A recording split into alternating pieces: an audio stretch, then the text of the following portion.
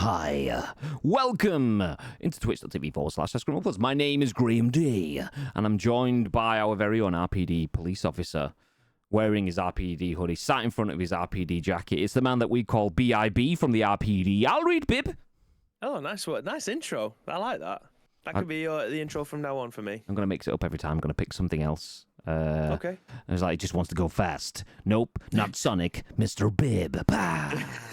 That works. Yeah.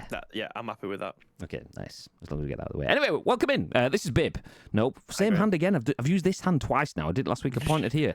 This is Bib. Nice. Ow, just punch my mic. My name is Graham. This is going well so far. We are Ice Cream Uploads, and this is a calamitous scoop. Hi, how you doing? This is the UK's #1 video game podcast, if we do say so ourselves. We are live on twitch.tv/Ice Cream Uploads, where we go live each and every single weekday with this, the biggest, the best, and the the greatest collection of breaking stories of news from giddy games of the world of news story talks. Thanks. Do the titles again, Graham.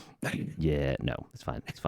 Nobody noticed. It was like flawless. Basically, we're going to talk about video game news over the next hour or so. Please do feel free to join us for that time. Please do feel free to get involved in the chat. We will give you our thoughts and impressions on those biggest, the best, and the breaking stories from the world of video games. But we also want to hear your thoughts and impressions, and then your thoughts and impressions on Bibby's thoughts and impressions, because Bibby will be able to formulate sentences. I'm struggling with this so far, so we'll just see how we get on for the next hour. We are live on twitch.tv/Ice Cream Uploads, where we go live each and every single weekday ish at 10 a.m. ish.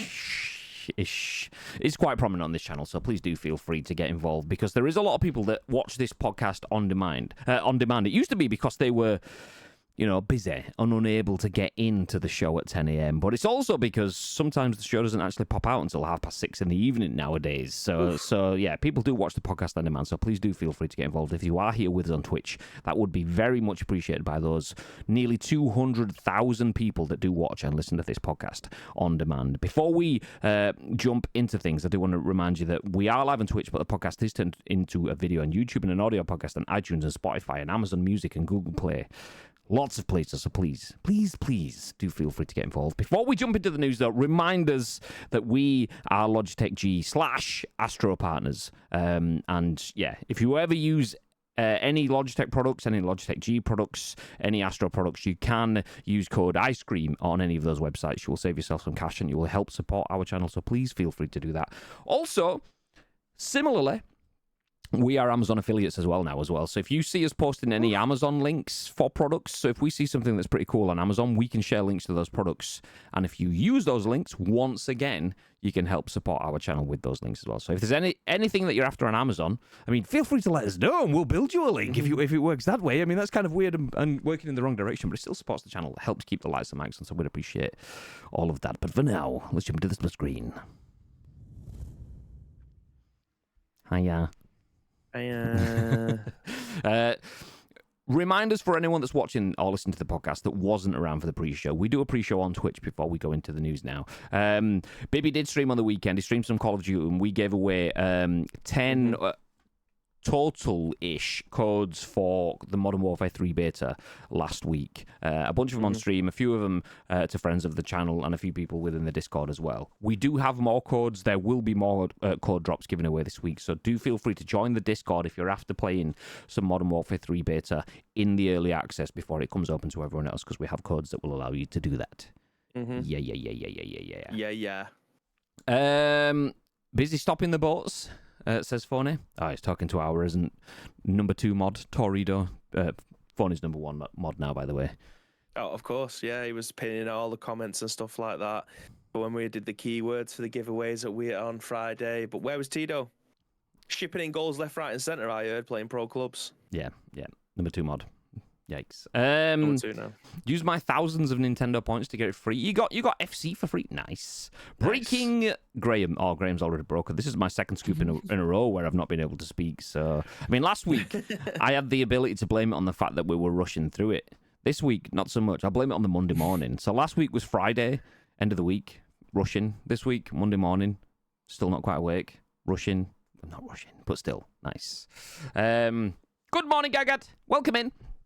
just in time for some news, we're going to talk about a few things, including, I mean, Ads has just mentioned the fact that he's picked up FC24 on the Switch. Well, that's where we're going to kick things off. Not with FC24, but with the Switch. The Nintendo Switch 2 will launch with 2 different SKUs. If you don't know what a SKU is, that's 2 different versions, basically, which are priced at $400 and $500 each, respectively. Wow, goddamn. So we'll start talking there. Then we'll jump over to an article about Bethesda has updated Redfall with 60 FPS mode, gameplay changes, and more. That comes after they recently pledged to make Redfall into a good game. Is that enough? Even if it is, we've said all along, probably not going to be enough to save this game. It's had its light day. Well, I can say day in the sun, but it's a vampire game, so that kind of doesn't work. But still, anyway, Redfall has had some updates. After that, ChatGPT was used to write the Gollum game apology. It's claimed. So.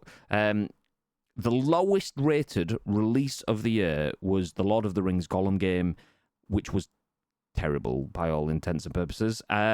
So what's the best thing that you can do to acknowledge that terrible thing is to write an apology that you didn't write, that you just asked AI to write for you. So shocking, apparently. Apparently, we'll go through that article, and then we'll start talking about Epic making some changes to its engine for developers and how they pay for that and so on. So sit down, grab yourself a drink, as we mentioned before, as we'll go through all of this. But Mr. Bibb. Hi. Out of the two of us, I think it's fair to say that you play your Switch more than me. Oh, yeah. I love my Switch. Are you looking for a new Switch? Absolutely. I'd be looking for something that has a bit more bang for its buck, Well, considering the unit now is 8 years old. The book is an interesting price point, is a talking point, because we've now got the price point. This is written by Shubhankar Parijat at Gaming Bolt. Nintendo Switch 2 will launch with 2 SKUs priced at $399 and $499. That's dollars, which will probably translate straight into pounds, because why not? Fuck the guys in the UK.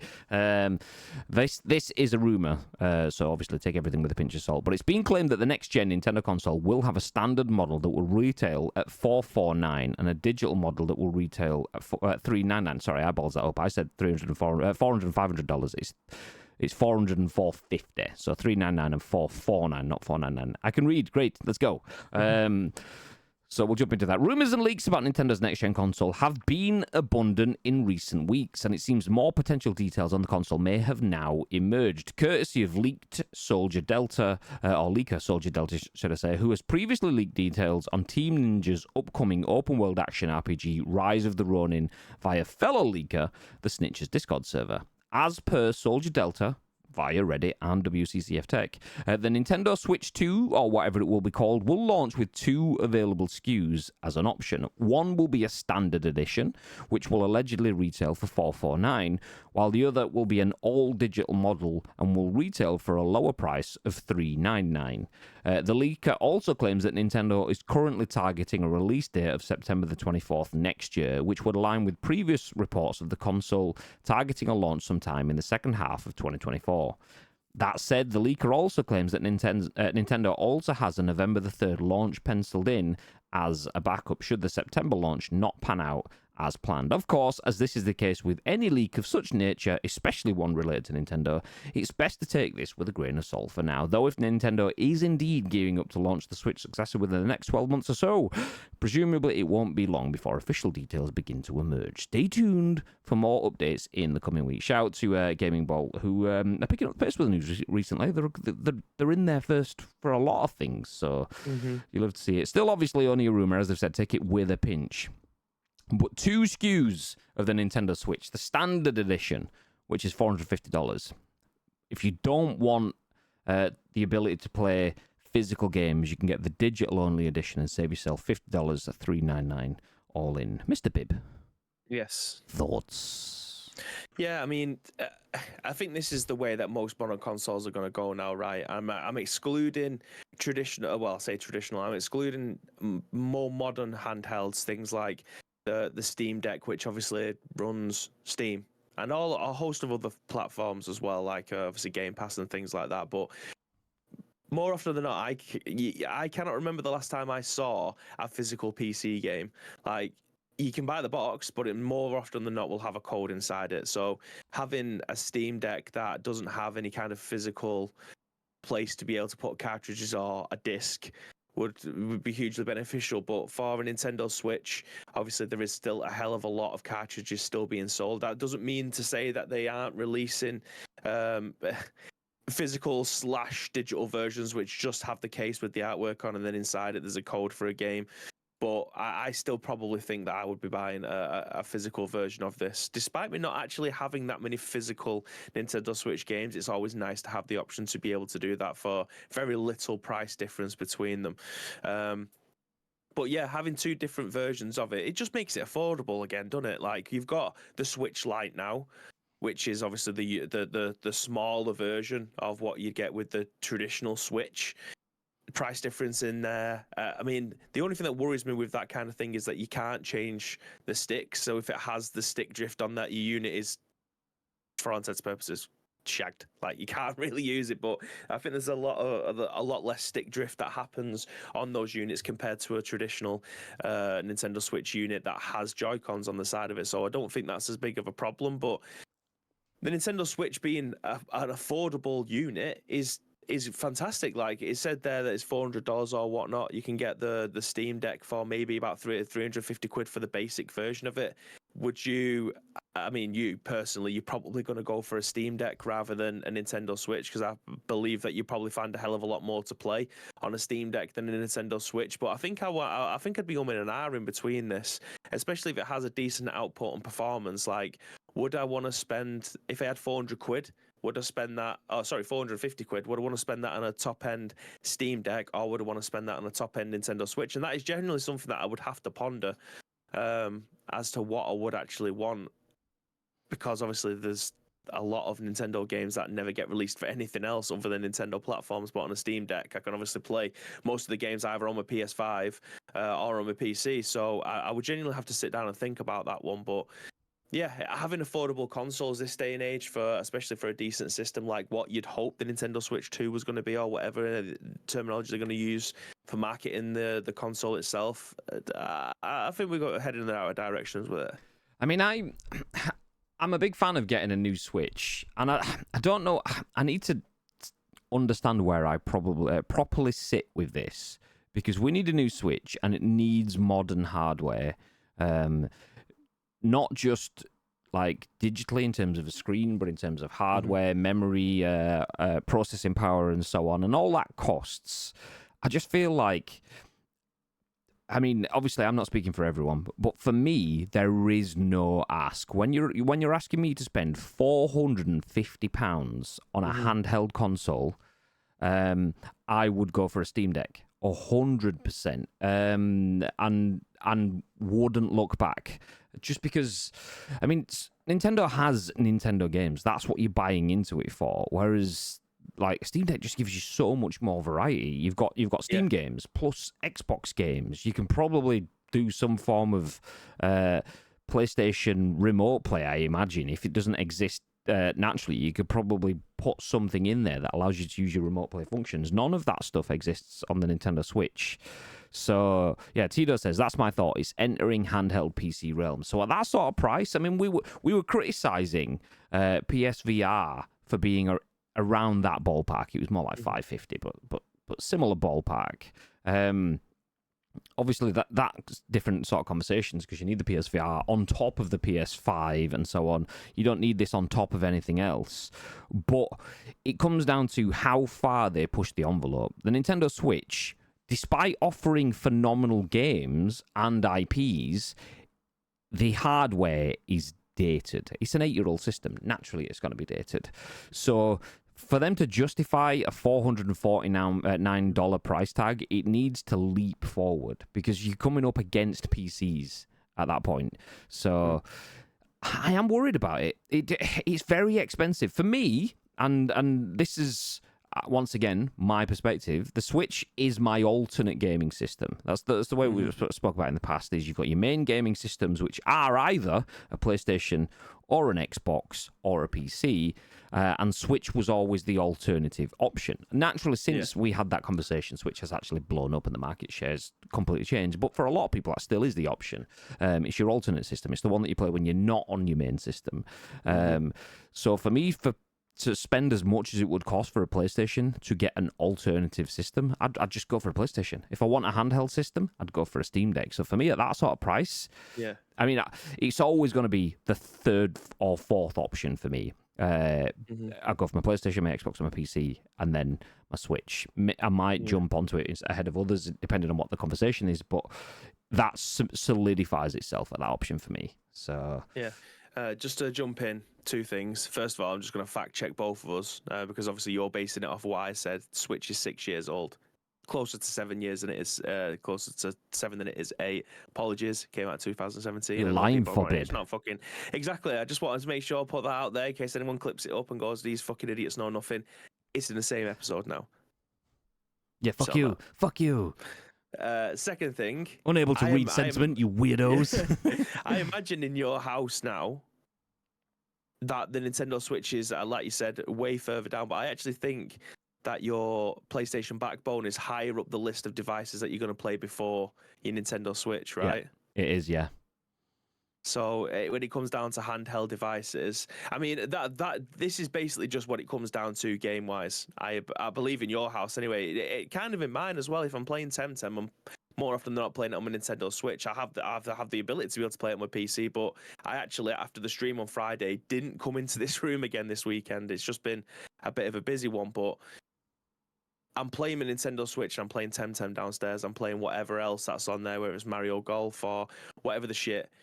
But with you, and obviously because you play PUBG so much, if for whatever reason PUBG and mobile ended up coming out to Nintendo Switch, I imagine you might have a little bit more of an input into that one. Like you can't play PUBG mobile now on your phone without rooting it and having the ability to be able to use a controller. As far as I'm aware, you can use a controller for playing Call of Duty Mobile, bit convoluted, just certain things that you have to do to be able to get it to be able to work, but the ability is there for you to be able to do so.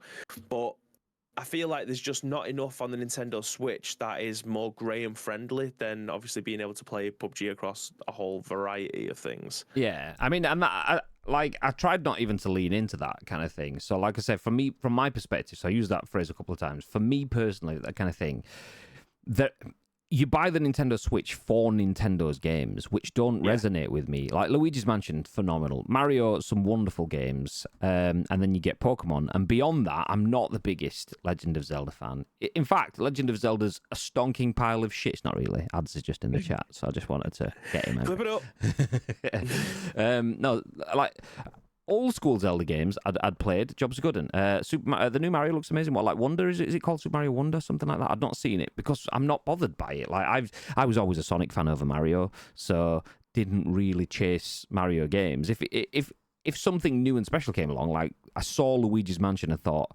this is something that I want to play. So we got Luigi's Mansion and it was great. It was great. But generally, the Switch doesn't speak to me. It doesn't have the games there. So that's already an instant blocker for me. But then when you put in a £450, because that's what it will be, £450. We don't know this. So if we're rumoured at $399, that should be about, what, £320 or something. I don't know what the maths is, but it's about there-ish. So nice, okay, 320 quid, not too bad. But it'll come in at 399 quid or 450 quid because for some reason video games companies don't know how conversion works. So if we're looking at 450 quid for this, we already don't have the games. And if the hardware isn't right up there with a ROG Ally or a Steam Deck, then I'm not their core audience. And I definitely won't be their core audience. I do have a gap in my life for a portable gaming device, 100%. And I have two, but neither of them are perfect. I have the Backbone, which is for my phone, but remote play on a PlayStation on my connection is dog wank, so I don't bother with it. And I have a Switch, which doesn't give me the games that I want. So if something else comes along, Switch needs to do something to pull me in, but launching with 450 quid is the opposite of that for me. Just to jump back in the comments then. So Tito said, that's my thought. It's entering handheld PC realm. And then Luke followed up, said, if there was a Switch 2 console without a screen, just a box under my TV for around 250 quid, I'd buy that. But portable for 400 plus? Nah. And that's the thing, though. Like, imagine if they did that. Just made a home console. But the Switch, it's not a Switch then. It'd be like, what's the opposite of switching? They call it a stick, stick or switch kind of thing. Buy your Nintendo stick. Maybe it is shaped like a stick, and you just put it under the TV. Fucking yeah, I'd be more interested in that sort of shit, because 250 quid for Pokemon experiences on the big screen without any fecking popping 4 feet away from you, and without any like framey gameplay and stuff. Then yeah, but as it stands for me as not a core Nintendo gamer, I get core Nintendo games that I don't resonate with, and then maybe a Doom Eternal 3 months after launch. All right, well, I've already got it on my PlayStation and played it, or not, as the case may be, by then. I've already got my Xbox, I've played it, or not, as the case may be, by then. So, yeah, it's expensive. In my opinion, it's too expensive. But once again, I'm not a core Nintendo gamer. Bibby is more closer to me. And then at the opposite end of the spectrum for me, you've got Ads, who's already bought 3 of them. So there you go. GTA 5 Switch 2 exclusive 2024. Switch is awesome, but I only see Nintendo for games like Mario, Zelda, etc. Exactly, and that's the thing. That's where the strength is, though. I'm just not a fan of the Nintendo tax that comes with it. I don't have those emotive links that I do to other games to them. Mm-hmm. I remember like old school Marios, and I've got history with them, but I'll let those connections go. I always preferred Sonic instead, as I mentioned. So I was like never really that bothered. Played Zelda, but it never really resonated back in the day. Played Ocarina of Time on the 64. It was good, but it never really resonated, kind of stuff. So yeah, those games are cool, but when that's all it is for me, I drop off. The kids also love Nintendo, as did I when I was a kid. Sega. Yeah. Going to go to Wobbly Stream and see if he's a Switch fan. Yeah, he will be. Guarantee. Portable isn't locked for as much. Isn't looked for as much these days with phones. It's specific for people traveling, I guess, but I don't see people using handhelds on a day-to-day commute much. How did they know? Sheep. How did they know?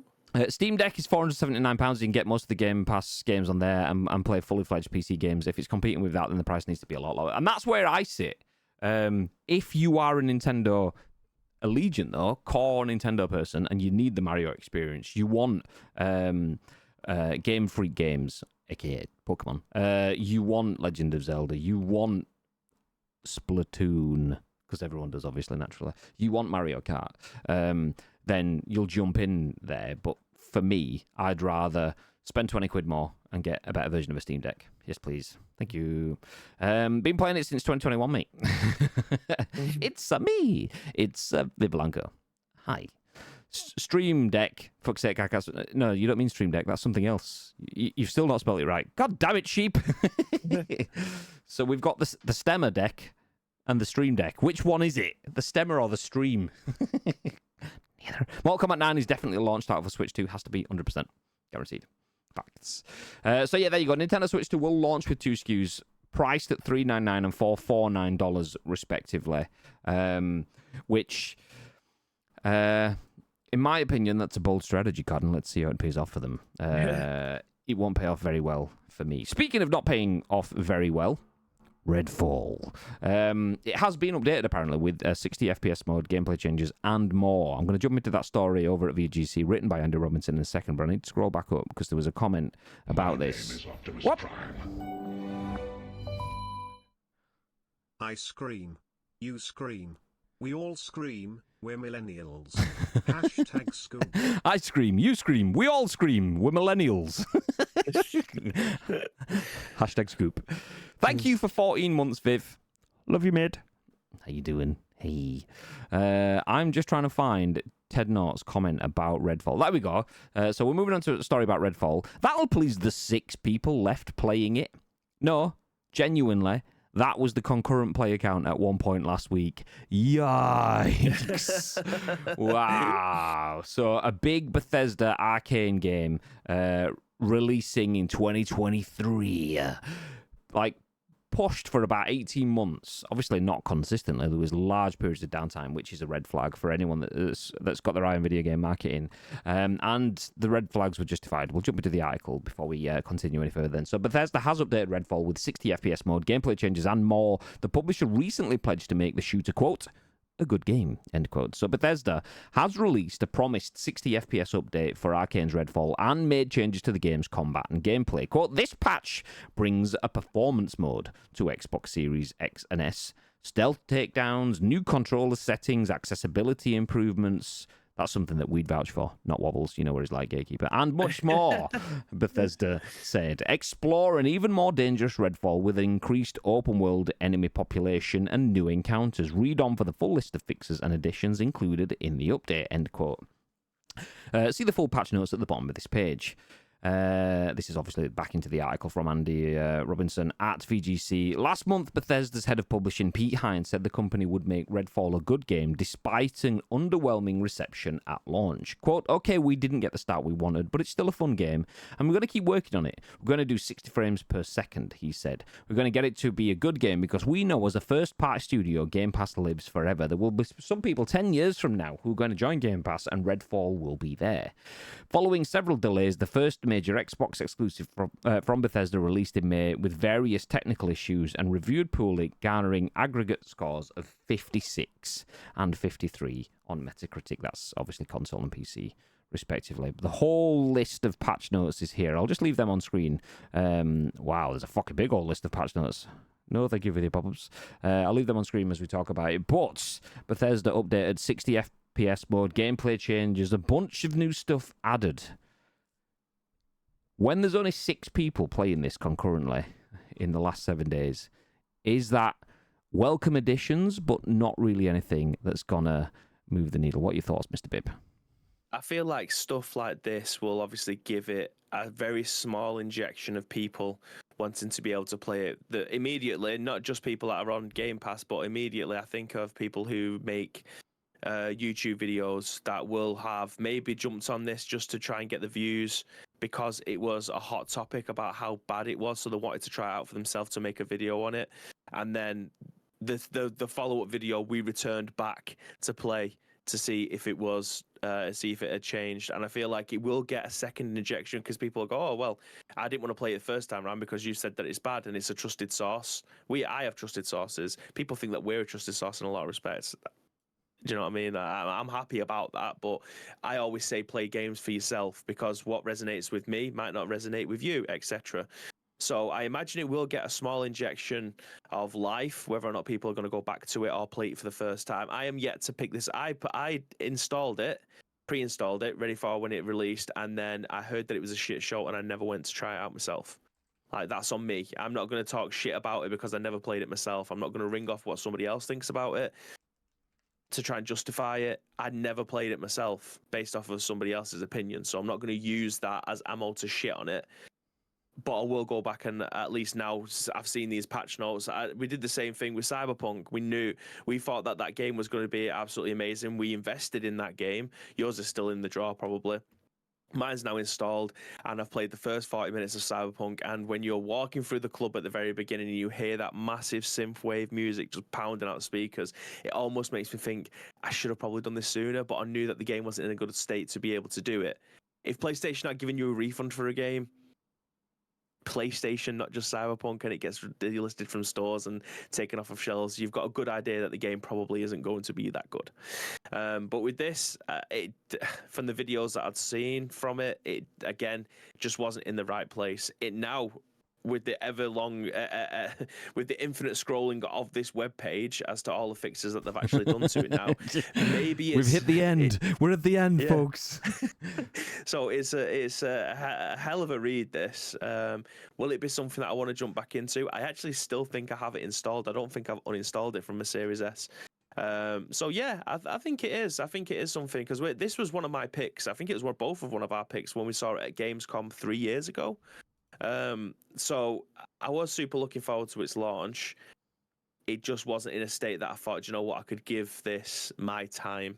And I feel like now with all of these fixes, it probably might be worth my time. I do hope that it goes on to, I don't think in 10 years time it's still going to be listed on Game Pass. Obviously with the Bethesda merger and stuff like that, it may well end up being, but I don't believe this is going to last. When it's 6 months old in a lobby, how many people are you gonna get? Like, there was a comment somewhere. So it was Tito's comment here. And I'm not going to click on the article, but it's a Eurogamer article, Eurogamer.net. And just reading the URL, Redfall's lowest concurrent player count on Steam is less than a full team. So you don't even get a full team, let alone a full lobby, and that's 6 months after. So 10 years down the line, it'll just fucking John Travolta meme. Like, guys, is anyone playing? Just me? No? Okay. So yeah, it's a shame. It's a shame. So I don't know if Sheep's still here. I remember asking Sheep about it because Sheep was streaming it when it first went live.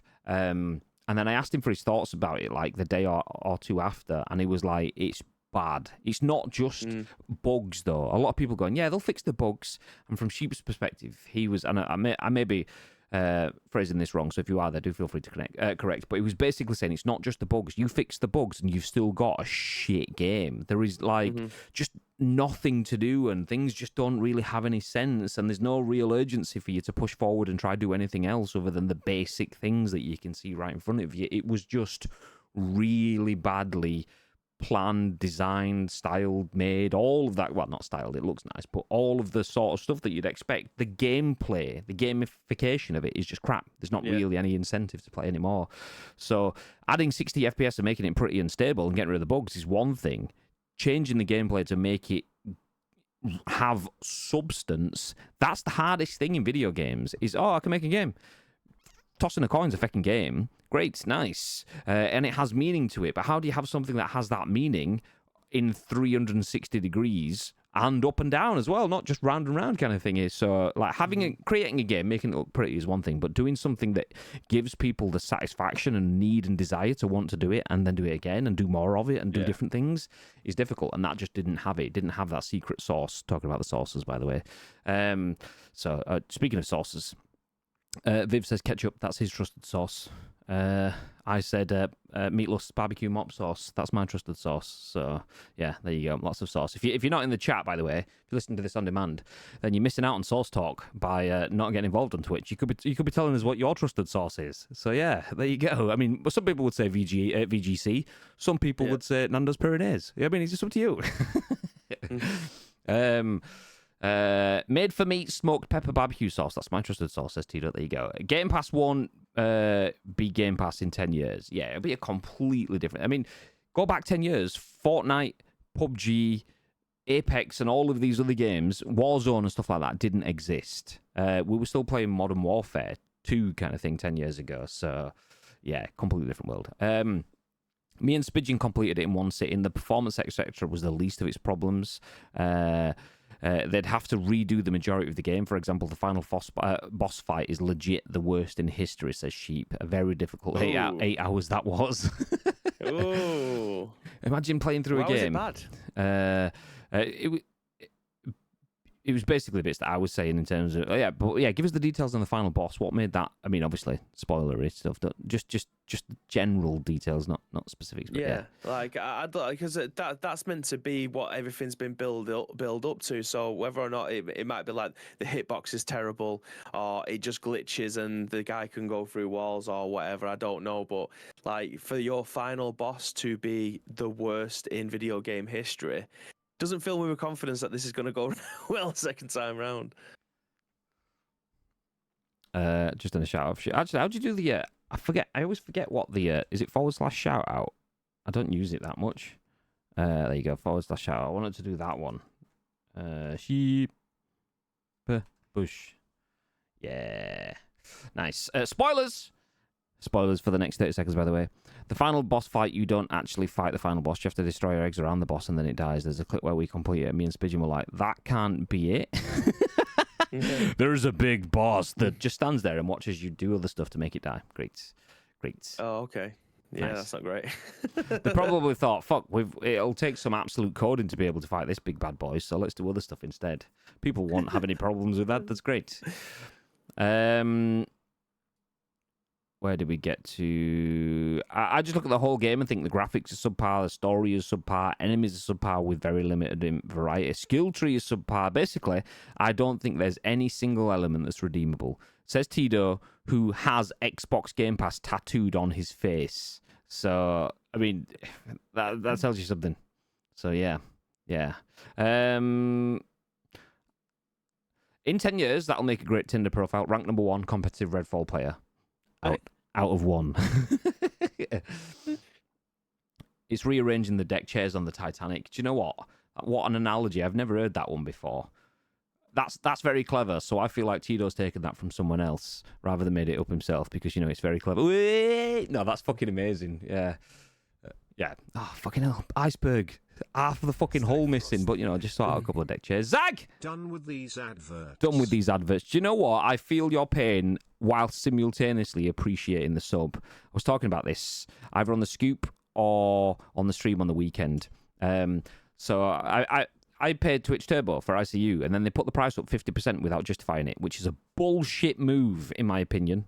Absolutely horrendous move. So I took a stand and didn't pay for it, and then tried to watch Twitch with adverts. And I like to jump around and watch different people. I'll watch some football streams. I'll watch some larger streamers. I'll watch some guys with only 1 or 2 viewers so I can have a little bit of a chat. But just fuck me, so many adverts. So, yeah. Do you know what? Thank you, Twitch, for your horrendous system because you just got us a free sub. Let's go, baby! Thank you very much, Zach. I appreciate it. BRB, updating mine now. 6 people actively playing it is too low to come back from unless they buy in a shitload of streamers, content creators to do sponsored vid streams. These might as well be end-of-life fixes. 100% pretty much. The thing is, when something is so bad, then you absolutely have the opportunity for a huge redemption moment. The only thing there, though, is that redemption moment, your No Man's Sky moment, your Cyberpunk moment, needs to have something going for it. And whilst Redfall was in picks, it was in Man and Bibby's picks for, this looks like it could be a good game. I also remember the very first trailer of Redfall looking pretty cool. And then the second trailer looking shit. Not like just uninspiring. And I feel like that's where its redemption moment is marred by the fact that people didn't really care. People were hyped for a new game on Xbox Game Pass from Bethesda, but nobody thought, oh, this is my game of the year. And if that's not the case, the game has to be a game of the year contender, even if people don't think it, for you to get your redemption moment, because you can't redeem yourself if you're not going to be the top of the tree. And they are not even like fucking stumps at the bottom of the tree. They're like nowhere near the top of the tree. So yeah, redemption moment for me, I agree with David Antito's sentiment earlier. It's life support until it checks out for me. I feel like you can't launch a new IP that's dark and bright and colourful, which is weird as fuck, at the same time in a genre that's completely overpopulated and do it badly. Free or not, people are not going to play it. Yeah, absolutely. Someone tried that recently. # crushing defeat. Ooh, saucy. Nice. Went to Nando's second time in my life on Saturday. I'm not sold of it to be it being so amazing as made out. Do you know, it depends. It depends. I've said this before. It depends where you go, and it depends what you get. My first experience with Nando was dog shit. It was crap. I don't understand why people hyped it up. I went to a different Nando's, and I got a different meal. Game changer. Phenomenal stuff. First time I tried halloumi there as well, and now I absolutely adore it. So, yeah. What did you get? Give me the details. Nando's is chaving it out. Get some white lightning and a finger around the car park later. Not safe for work. A bit late, that's it. I nearly called you Zach, then you're Viv. Nice. Middle class KFC. It's better than KFC. Although KFC emailed me going something about their chips are shit the other day. So I was like, does that mean KFC are about to change the chips up again? Fuck me. How many times? Chips is not a difficult thing to do. Well, I feel like they did it on purpose, though, to try and get people talking, say that they changed the chips, but they knew that they would be changing them fairly soon afterwards anyway, just to try and keep it in the conversation, because I think it has only been about 18 months since they changed them. I feel like that's a long time, though. That's not even smart long game. That's terrorize your business sort of time frames there. So I don't believe they've got the intelligence for that. Like, that's not an intelligent decision. I feel like KFC are a bit. I mean, there was articles and stuff about KFC being like in danger of falling off a few years ago, and then they started kind of coming back and so on, and then there was the KFC gaming thing that came out of nowhere and disappeared again. They were like, oh, we're going to go into hiatus, but we will be back. And then that Twitter account has never tweeted anything since in about 18 months or something. So I feel like KFC were just kind of going, let's do a bit of everything, but not really do anything, but do all of the things. So All of the things. yeah. Went to the cinema next door to it and watched Saw 10. Did the finger in there rather than the car park. Oh, maybe just have the finger. Yeah, I know. I heard. I really, really, really want to watch the new Saw film. Massive fan of the Saw franchise. It's proper cheesy horror film. You want to see Saw? Listen, if anyone's on the other end of a seesaw, they need to be bigger than me. Otherwise, like Joseph, he'd just get yeeted to the moon if he went on a seesaw with me. And for you, it's just sea floor then. You just sat there with your feet, like your heels on the floor as your legs are outstretched. Yeah. Dude, that's some weird piece. Yeah, I need to know if the new Saw film's in it. I mean, I'm going to watch it regardless. But I need to know if it's in the Saw scope. Is it good? I don't need to know the plot or anything like that because half of them don't even make sense anyway. But we're going to watch through them all again. Saw went from having one of the, like, obviously lowbrow films, but went from having one of the best endings in a lowbrow film ever, kind of thing, to then just being like, just let's make it as gory as you can for the sake of the gore. It was like, it's never just the gore that people watched for. It was the creative, but yeah. But Did anyway, you watch Spiral? No, but all 9 of them. No, I was shut up. Sorry. All 9 of them are on Sky. So what I was saying is, we are going to go through and watch all 9 of them, kind of thing, so that when we do watch 10, we're like fully up to it. But I've not watched maybe 7, 8, 9. Any of that, like, is Spiral like 8 or 9? I can't remember. Whatever. No, it's not. It's not in that world. That's why I was saying. That's why I was asking if you'd seen it, because it's not in that order. It's a completely different story. I wonder if completely different. There's one missing. Then I need someone to give me the full thing, because like this Saw 10 has come out, and I went and looked back and I thought, okay, let me just make sure, because I know there was other shit. So I looked on Sky and there's 9 films, but there's Jigsaw as well. Like that. So there's the Spiral, the Book of Saw, and there's Jigsaw, which aren't really in the 10. So technically there's 12. If you take those two out. Well, that's the thing that I couldn't see when I was Googling, that I was thinking like, okay, do I need to see 10 plus 2? But then when I was looking at it, it was like they were counted as even though they weren't numerical films, Saw 10 like was counted as that. So I was like confused as fuck. So I was like, oh, no, okay. And if that was the case, it doesn't give me an order of where to watch that fucker.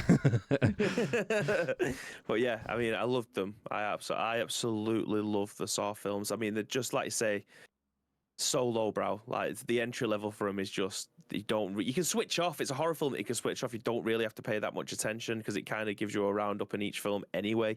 But I love them, I proper love them. Yeah. Zag, once again, thank you for the sub. Fuck those adverts. Tito says no. Maybe. I can't remember what for, because we've moved on since then. Nice. I, by the way, have EAFC plans. ICU goes manager mode starting from the lowest British league. We'll make the team myself and Disco Fam in the team. Let's go! Love that. I want to be the greatest central attacking mid / SS. I don't know if you get an SS sort of role on FC, but basically I want make me Graham L. Messi. There you go, please. Thank you very much. I want to be that fucking little maestro. I usually go winger, central defensive mid, or a striker, something like that, just somewhere around that. But I want to be the engine man this time. Yeah. I've heard that about you, G. You get around a bit. Also, can't remember what I said there, Tito, but thank you. Damn Twitch, no notification. Honestly, JMK. Don't worry, P Honey was in here too, ! Time for you, so you're right. You should feel privileged. I've gone over a year subbing to Hamish without paying for a single one. Won't give that guy my money. Understandable. Things just rolled away. There we go. At least No Man's Sky had more than 6 players in it at its lowest point to come back from. Yeah, exactly. I went to one in London, was shite. The bread on the burger was rock hard and shit. 100%. I agree. I fucking love Nando's, but 100% I agree. I don't even bother. I mean, I always go for like a chicken burger if I'm going somewhere when there's an option for it, but I don't in Nando's because it is flip a coin shit. Sometimes the bread is biscuits, sometimes it's really soft. Sometimes the chicken is dry as fuck, sometimes it's moist as fuck. So I just go for like a butterfly chicken when I go to Nando's now, because you just mostly get that nailed on. but it's down to the individual chefs in each individual place. Make sure you don't skimp. Get yourself at least piri fries. You want that piri salt all over them. If not, loaded fries. If you're feeling a bit dirty, loaded fries is a good way to go.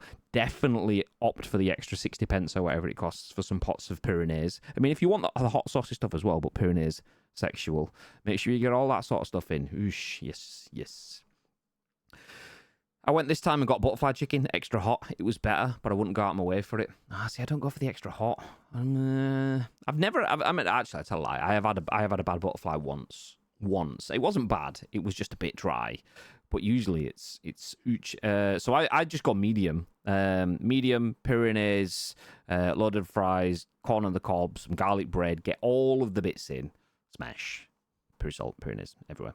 Do you think that I love spicy food. Oh, but I do love lemon and herb as well. I'm not going to deny it. And not because I'm a bitch, but I do love the lemon and herb.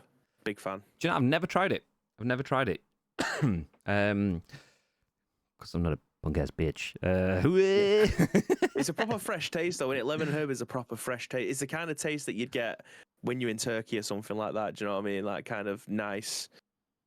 I keep on saying fresh, but that's the only way that I can describe it. But obviously, when you got the heat, I do go for the heat all of the time. I always go for the heat, but mixing it up a little bit. Like we get the packet mixes and stuff like that. Samantha will never have it, but I'm a big fan. I might give it a try sometime. Do you think that Game Pass, because the company don't have to rely on game sales and potential refunds, developers are more willing to release games in bad states as it's kind of irrelevant how many people play it because it's not where the money is coming from? Possibly. But I wouldn't be surprised if there is all sorts of things in there with like Xbox having terms of conditions and saying that you'll have to refund stuff or you won't get your second parachute payment or however they do it if the game is broken. I imagine they probably didn't have that sort of stuff in at first, but by now I'd be surprised if they don't put that there. Basically, we're giving you a wedge of cash to make a good game for us, and if it's not working, we'll take it back. That's the clause that I'd put in there. I wouldn't be surprised if that sort of stuff's in there. The difference is though, I do feel like Game Pass will stop developers making certain types of games. So you've got PUBG that you can play the same for 6 years. Whack that on Game Pass and people keep playing. Oosh! But you have a game that's 35 minutes long and it's a supremely powerful, punch you in the dick, emotive story sort of stuff. You're like, fuck, I just got punched in the dick in a really emotive story that took 35 minutes. I'm not playing that again, though, because I've done it now. You're like, that's 35 minutes of playtime, so you're not getting any of that churn of users in there. People have downloaded, played it, got rid of it kind of thing. So developers will stop making those games because there is money on replayability, making people spend hours in the Xbox ecosystem playing a game. And if you don't have that, Game Pass is anti that style of game, and it's very much a log in daily, season pass, battle pass, rewards sort of system. So there is dangers that do come from systems that are subscriptions like that, because if your metrics are based around minutes played on screen or cooperative gameplay, but you're an independent studio that makes short, hard-hitting stories for single players, then yeah, Game Pass, it damages your income streams there potentially. The halloumi was nice though, but I think it's just nothing I can't do at home myself. But you know, I've never actually had Nando's halloumi, so yeah, I just This is good. Stack up on everything else. I don't mind halloumi, but it's just squeaky cheese. Just It's squeaky cheese, yeah. Right off the grill, it's so good. Greek dad, so eat a lot of that. Nice. They have now their signature fries. Oh, okay, there you go. I can't click it because there's no space, but I see it. I did the same joke on Saturday. I can't remember what joke it was. At the seesaw? Is that what it was? Nice. That's what it was. Let's go. What a fucking classy, wonderfully witty, talented joke that was, made by a supremely talented individual. Thanks, guys. I'm glad we're all on the same page. Seesaws are just okay. They have their ups and downs. Terribly good. Nice. I appreciate that one. Saw X was great. Really liked it. Seesaw. Wow. The silence after that. Yeah. I went to see Saw. Is that the one with Marjorie Daw in it? No, David. Jesus. I will ask people spots in the Discord. Let's go. I didn't really see Saw film order. There you go. I'm going to click that and open that in a tab for a post. What the fuck? I didn't realise let me Google that for you actually types it in. I've never seen this before. Whoa. It's so slow though. Like I saw what it was, and then just went into a different browser and then different tab, and then did it myself. But I like the concept of it. It's just the theatre. That's what you're signing up for the presentation. That's what it is. So what I'm hearing is food needs additional flavour. Confirmed. Nando's is EA when it comes to food. Yeah. I mean, most places do that. Have you not seen condiment stacks on tables? God damn! You don't just ask for a burger. You get mayo and all that sort of stuff on it. Most food is like that. God damn it! Logic bomb. Pow. Bet Bibby orders a medium at Domino's also. Bloody lemon and herb. I don't go to fucking Domino's, mate. Filth. Fucking love Domino's. It's good shit. Not for me. As the create your own, I will die on that hill. But most places don't make the flavour of DLC. You do if you're in the fucking northern quarter. You want a dip? That's £1.50 for each individual dip. All right, well, I wanted some garlic, herb, and some ketchup. Yeah, that'd be £3. I can buy a bottle of fucking ketchup for £3, mate. What the fuck? I'm having that. A DLC. Amazing. Domino's is cardboard pizza shite. Heathen. Anyway, next story. Jordan Midler at VGC says, ChatGPT was used to write Gollum Apology, it's claimed. The game is the lowest rated release of the year, which is a shame, because I saw the title trailer, like the teaser for the Lord of the Rings Gollum sort of thing. I was like, ooh, big fan of the Lord of the Rings universe. And then I saw the first, like, visual of Gollum, and I was like, I can definitely say I will never be playing this game. It just does not look good. And didn't anticipate that the Lord of the Rings, like, just the general brand, the universe, the owners of it, would allow them to release something that would be the lowest rated release of the year. That is terrible. But following up on that, it gets worse. AI program ChatGPT was used to write the apology for the bug-filled Lord of the Rings Gollum game, it's being claimed.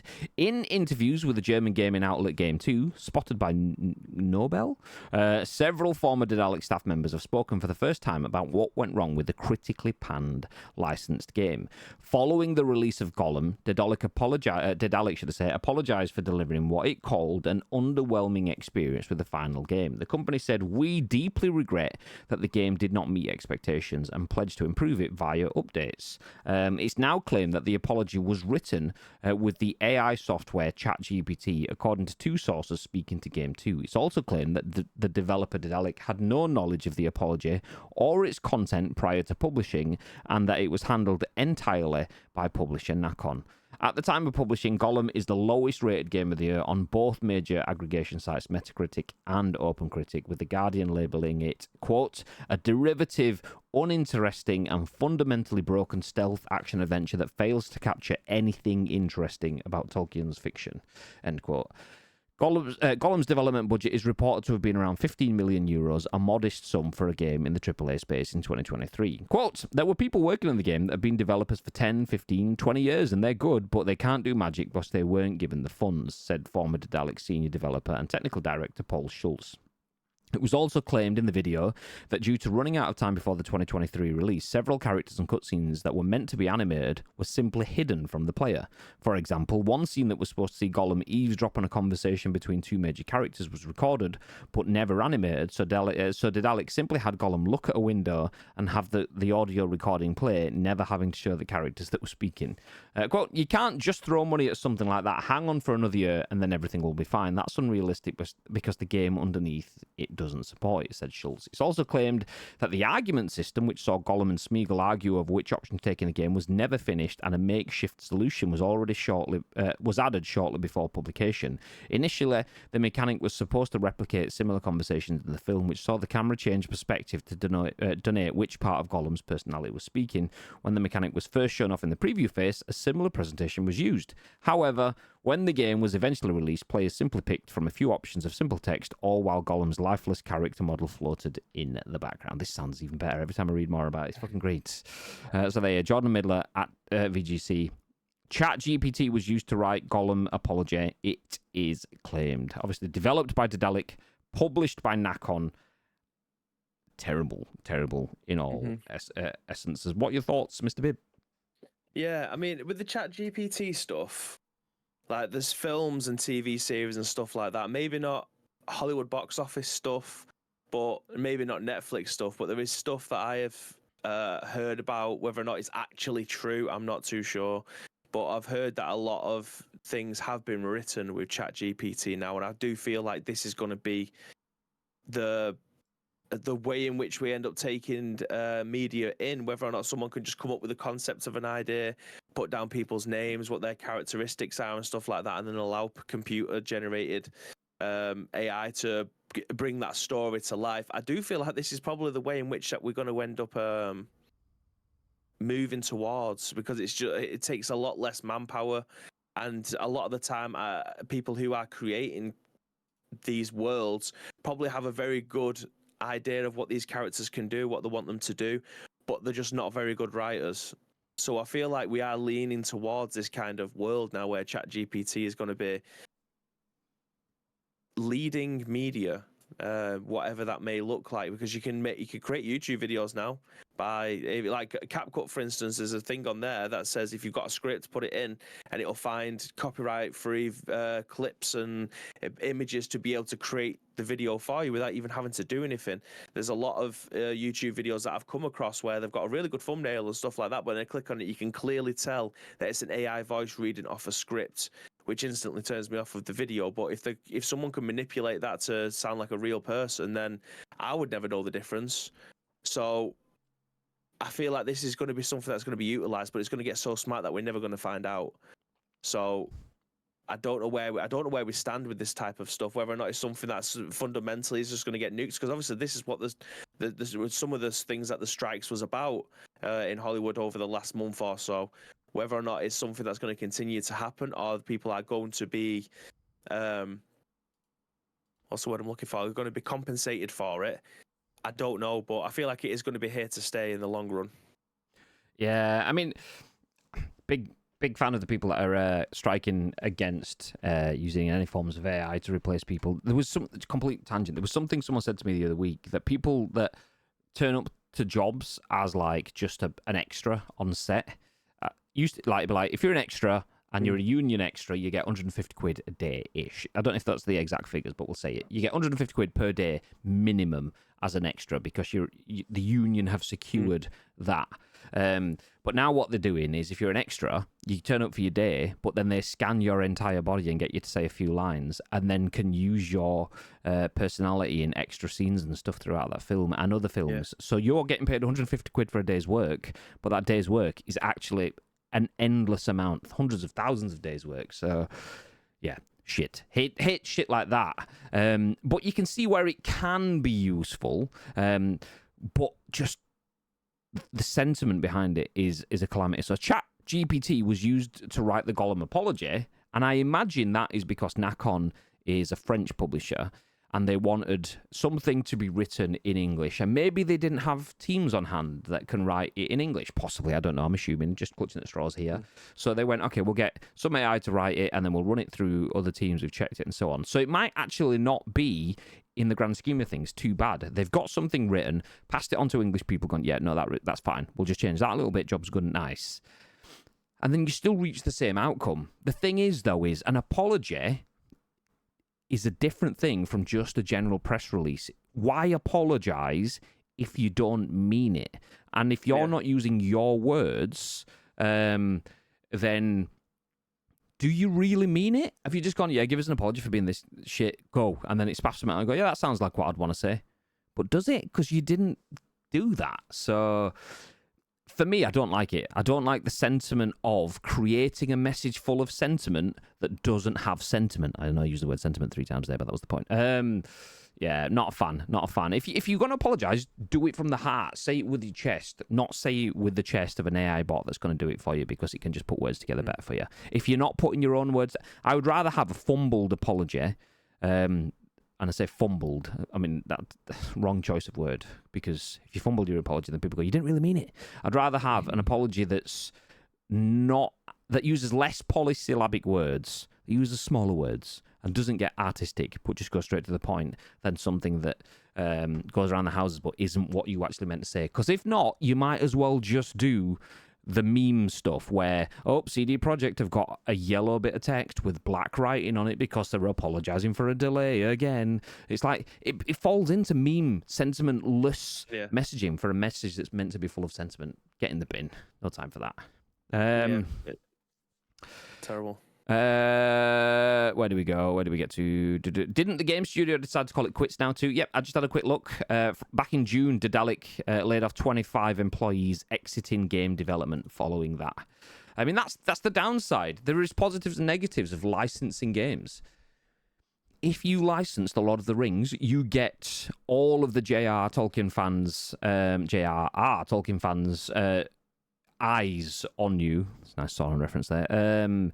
But then you fumble the bag, then you just fucking have spent a shit ton of money on a license that still needs to be paid for, and haven't sold anything to bring it back in. So even though it was made on a modest sum of 15 million or whatever they said it was, you can easily not make 15 million. After you've paid for your marketing outlay, after you've attended events as well and all the rest of the stuff, you can easily lead to where Daedalic are now and are not operating in the space anymore because they've not stuck the landing, fumbled it really big time, and they can't go again. So it's a shame. We have a blanket ban on work at work on GPT. It's so dangerous. 100%.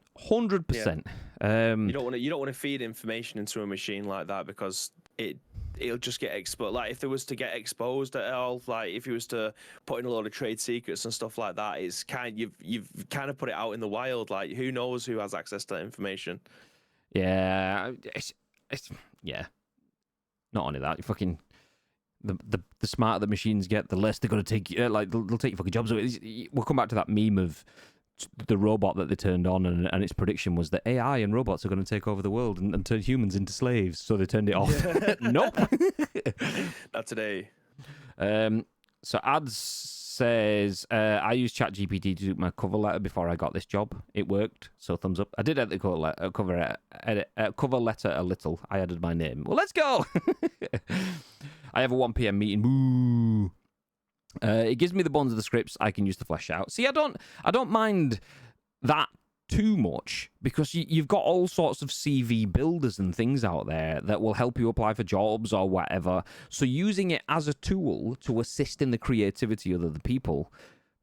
I mean, tools have existed to help us do things faster and better all the time. AI is wonderful when it's a tool. It's just when it's a replacement for creativity is when it's shit. Knack on original text, mon précieux. I don't know what that means. So translation? No.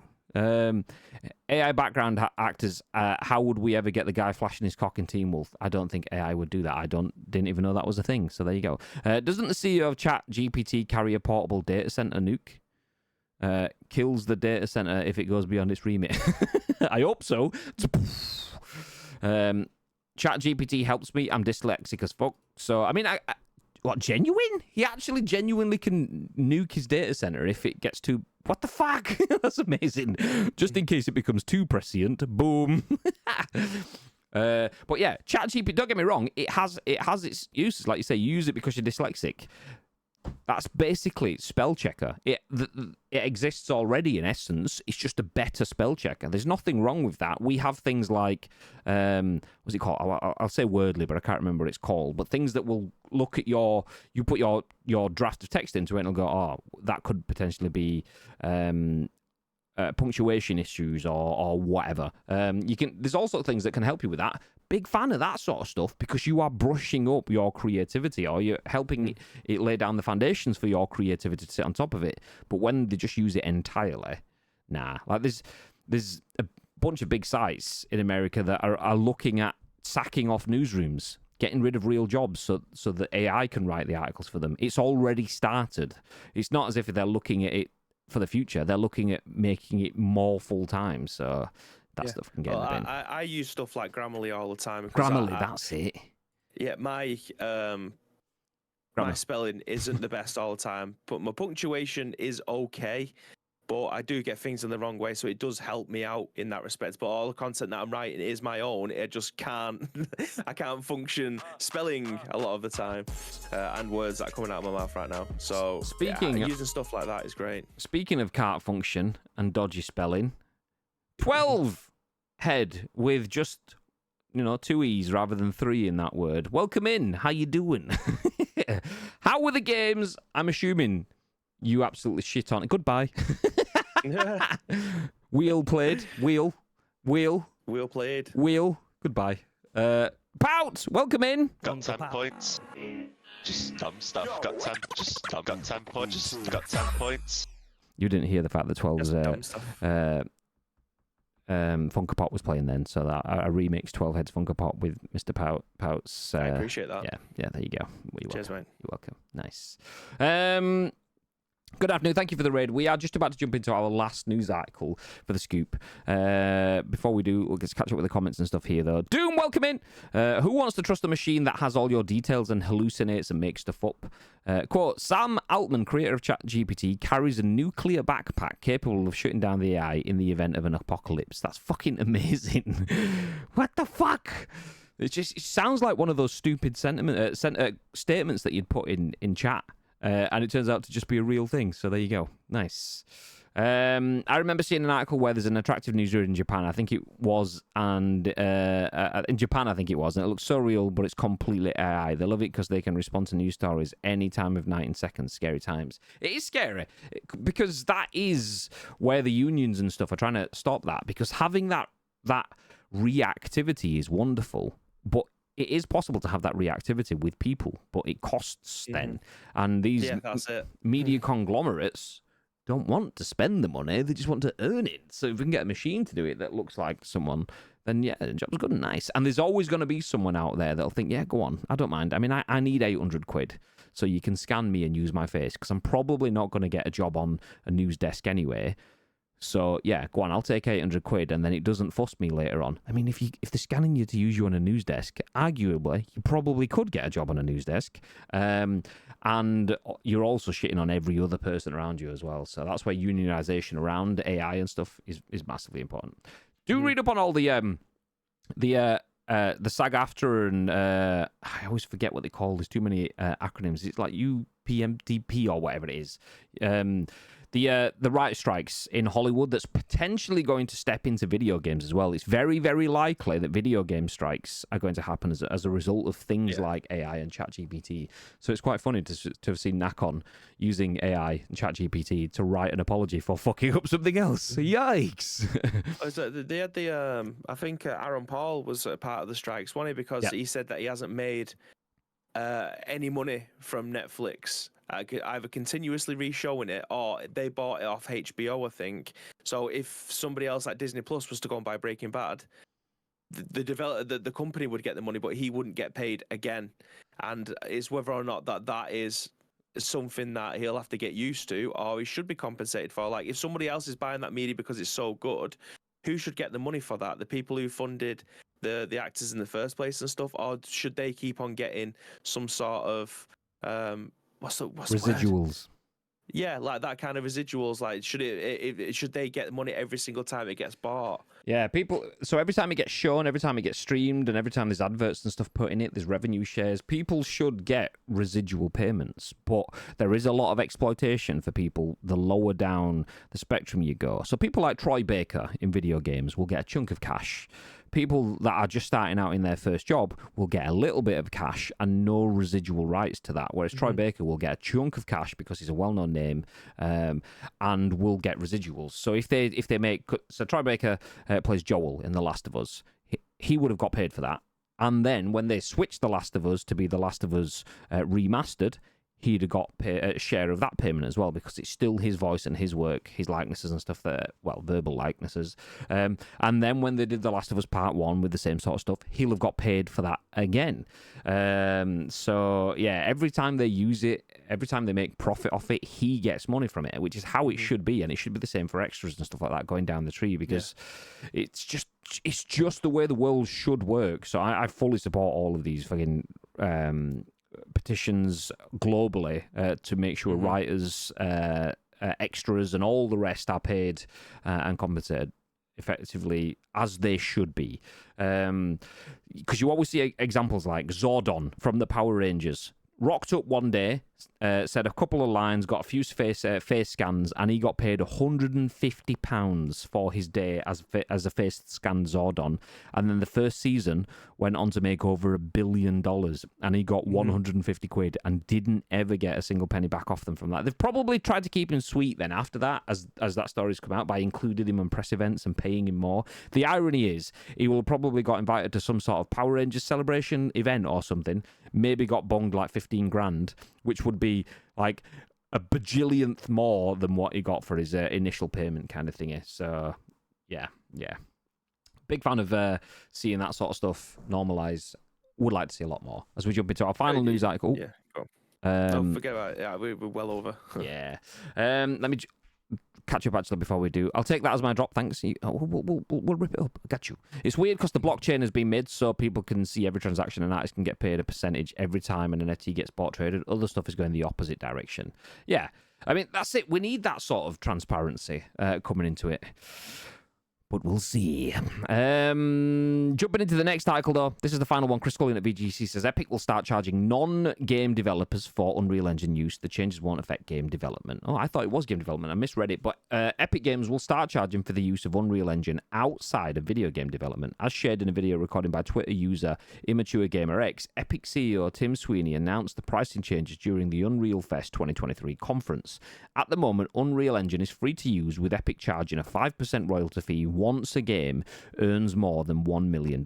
However, Unreal Engine has a variety of non-gaming applications such as manufacturing, and since many of these don't result in video game royalties, Epic may make no money from these users. As a result, Sweeney said that next year, Unreal Engine will move to a seat-based licensing model in which companies pay a license for each employee using it, similar to Adobe products, for customers using the product for anything other than game development. Quotes, we have an engine that's completely free for anybody to use, but if you're never shipping a product that's royalty-bearing, then you never pay any money at all, Sweeney explained. And this doesn't affect game developers, but one of the things we're going to change next year is for industries other than game development, such as the automobile industry and so on, we're going to move to a seat-based enterprise software licensing model for Unreal Engine. We don't have terms to announce yet, but I just wanted to get this out in front of everybody for transparency. We're going to make a move to a model like that. It's not going to be unusually expensive or unusually inexpensive, but if you're going to be building a product outside the game industry and not paying a royalty on it, then, you know, it'll be a licensable piece of software like Maya or Photoshop or whatever. The terms won't change for game developers who will still be able to use Unreal Engine for free until they earn $1 million in royalties, at which point Epic will start taking a cut. Okay, we get the idea. Mm-hmm. So, if you use Unreal Engine for, I don't know, car projections, any sort of stuff, be it from visual style or for design purposes, you're getting a wonderful... Damn you, Sky? What, my Sky? Mine seems fine. Is it your Sky? I think so, yeah, because I didn't even hear the usual of the Discord. Yeah, I didn't hear that. Ignore. So yes, my Sky's good. Yeah, Unreal Engine is used for a bunch of stuff, right into film and TV and so on. The Mandalorian, for example, there's lots of scenes in The Mandalorian that were made using Unreal Engine. And what do they call it?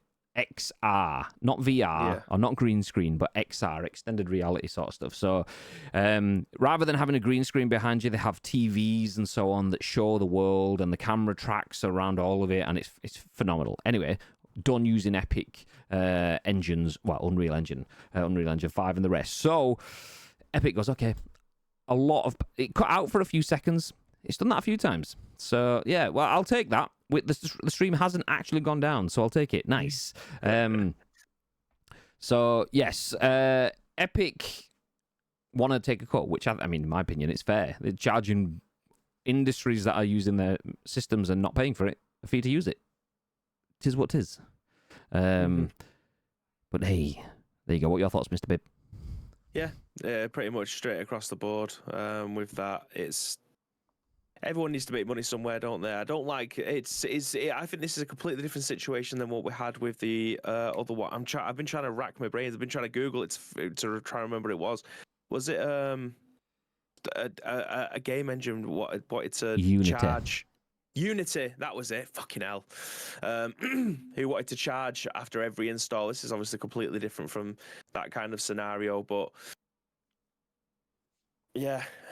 we'll have to see what happens with this and how it ends up actually getting I feel into like the real world. it won't really change anything because if you're using something No. like Unreal Engine, for me, I thought those industries would have been paying for it anyway. If you're in the automotive industry, which is $1 billion industry, and you're using something like Unreal Engine and not paying for it, then you've been freeloading, really, because you're not passing those savings on to your customer, are you? Fuck's sake. So, yeah, it kind of makes sense. I mean, it'll be a not too expensive, not too cheap license. Jobs are good. And Adobe, arguably, is ridiculously expensive for what you will end up paying over a year. Just by the way, if you're ever interested in getting Adobe licenses and stuff, they will often say it'll cost this much on the internet. You can email them and they usually go, okay, we'll give you 50% of the price then. Just facts. There you go. So yeah, Adobe and Code charge licensing fees, as do pretty much any other major software companies out there. They're spending time developing this stuff. They should get paid for it. So yeah, so it's for me, it's okay, nice.